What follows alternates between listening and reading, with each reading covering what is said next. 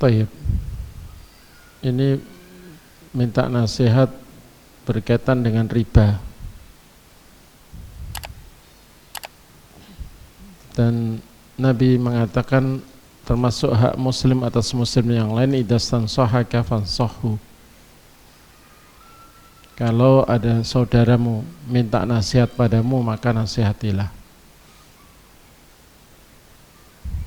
Karena ada kewajiban bagi saya menyampaikan nasihat karena diminta, maka ya dengan berat hati saya sampaikan. Karena masalah riba ini kadang-kadang menyangkut ya kasus atau menyangkut masalah seseorang, dan boleh jadi di antara jamaah yang datang juga ada yang masih kena masalah itu. Bukan bermaksud ya menyinggung atau apa enggak, tapi mari kita ya karena Allah, karena ingin selamat di sisi Allah, karena saling menyayangi karena Allah, ya saling mencintai karena Allah, maka kita membicarakannya. Yang pertama, riba itu memang sesuatu yang mengerikan karena merupakan dosa yang sangat besar dan ancamannya sangat berat. Bahkan Allah Ta'ala mengatakan, innal ladzina ya'kuluna riba la yaqumuna illa kama yaqumul ladzi yatakhabbathu asyaitanu minal mas. Sesungguhnya orang-orang yang makan riba, mereka tidak akan berdiri kecuali seperti berdirinya orang yang terhuyung-huyung karena kerasukan setan. Sebagian ulama mengatakan itu sebagian siksa di alam kuburnya. Ada yang mengatakan itu nanti ketika di hari berbangkit dan ketika di mahsyar, di mana perutnya besar, kakinya kecil sehingga berat membawa tubuhnya. Kemudian Allah lebih mengancam lagi bagi orang yang sudah ngerti tapi masih mengulangi. Allah katakan, faman ja'ahu mau'izatun min rabbih fantaha falahu ma salafa wa amruhu ila Allah wa man 'ada fa ulaika ashabun nari hum fiha khalidun. Barang siapa yang telah datang baginya peringatan dari Tuhannya, alias sudah diberi pengertian dan tahu, maka harus dia berhenti, maka hak dia apa yang sudah berlalu. Namun barang siapa yang mengulang, maka mereka adalah calon-calon penghuni neraka, mereka kekal di dalamnya. Meskipun ancaman kekal di sini ya ini mimbabil wa'id, termasuk bab ancaman. Dan ahlu sunnah wal jamaah tidak berani mewajibkan Allah Ta'ala untuk mewujudkan ancamannya. Hanya Mu'tazilah yang berani mewajibkan Allah mewujudkan ancamannya. Ahlu sunnah bicara tentang bab wa'id, bab ancaman itu menyerahkannya kepada Allah dan meyakini Allah berhak mewujudkan ancamannya, tapi juga berhak untuk tidak mewujudkan ancamannya. Kemudian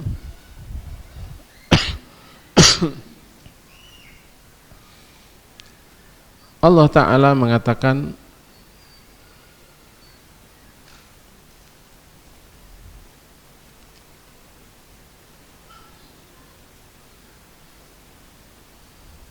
yamhaqullahu riba yurbis shadaqat. Allah menghapuskan harta riba dan menyuburkan harta sedekah. Dan harta ketika dihapus berkahnya, maka tentu akan ya tidak membuahkan kebaikan untuk dunia seorang hamba ataupun akhiratnya. Sehingga walau tampak banyak, kalau itu dari hasil riba, maka tidak ada baiknya. Dan ada saja hal-hal yang menjadi buah buruknya itu akan dirasakan oleh hamba yang belum bertobat darinya. Kemudian kalau tobat, Allah katakan wa in tubtum falakum ru'su amalikum la tadlimuna wa la tudlamun. Kalau memang kalian tobat, maka hak kalian hanya pokok-pokok harta kalian. Kalian tidak mengurangi harta orang lain dan harta kalian juga tidak dikurangi. Alias 1 juta ya kembali 1 juta. Tidak ada tambahan walau 0,5%. Kalau masih mengambil tambahan berarti belum tobat. Karena Allah katakan wa in tubtum falakum ru'usu amwalikum la tadlimuna wa la tudlamun. Baik. Kemudian gimana kalau sudah terlanjur, ketika itu belum tahu, kemudian proses berjalan terus tahu. Ini gimana tobatnya? Pertama, tobat di hati. Tobat di hati itu gimana? Mengakui kalau itu dosa besar. Karena orang yang mengingkari atau mengingkari haramnya dosa itu kekufuran. Setelah tahu bahwa suatu perbuatan itu haram, kok dia meyakini halalnya, maka malah menjadi kafir karenanya. Bahkan tidak melakukan dosa tapi meyakini halalnya dosa, itu kekafiran.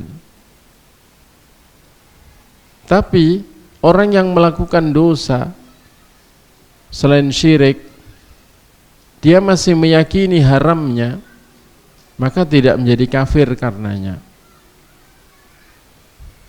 Karena itu di hati harus meyakini, mengakui kalau itu dosa. Dan terus banyak istighfar, mohon ampun kepada Allah.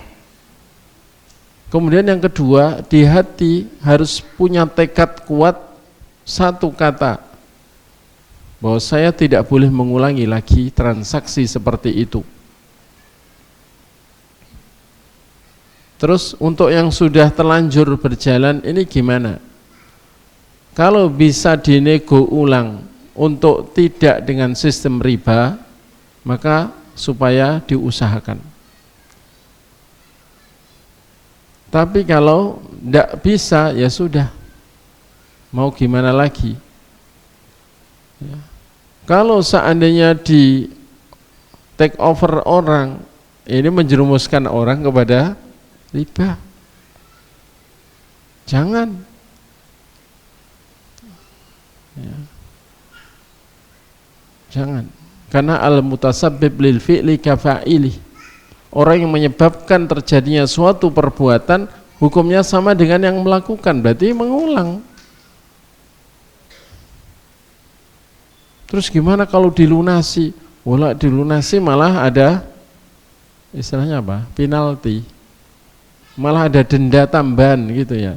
Nah, denda yang menambahi harga atau merubah itu adalah riba lagi.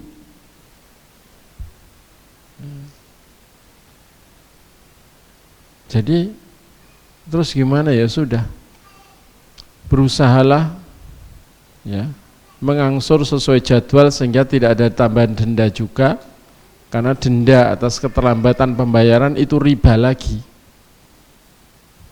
Dan riba itu yang termasuk yang dimaksud berlipat ganda itu ya riba yang diribakan, riba ditunggangi riba lagi. Ya. Bunga berbunga. Ketika apa ada keterlambatan lagi, ya bunganya ini ditambahkan untuk ikut dibungakan. Itu makna la ta'kulu riba at'afa mudha'afah. Jangan kalian makan riba yang dilipatkan kemudian dilipatkan. Itu bukan kok berarti bunganya 100% baru disebut berlipat. Enggak. bunga yang dibungakan.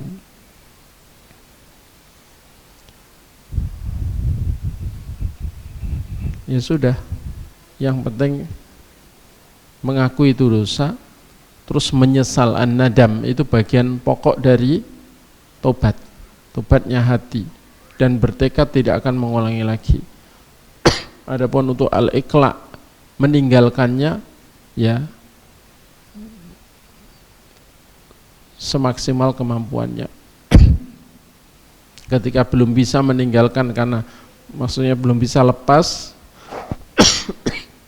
karena kalau lepas dianggap kriminal misalnya, atau malah akan didenda dan sebagainya, ya sudah, ya wallahu a'lam. Karena Allah katakan fattaqullaha mastata'tum, takwalah kepada Allah semaksimal kemampuan kalian.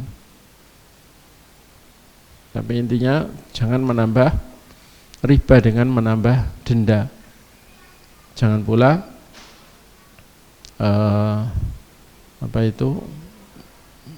mengalihkannya ke orang lain, karena itu menjerumuskan orang lain, apalagi orang lain itu juga muslim. Gitu. Wallahu a'lam.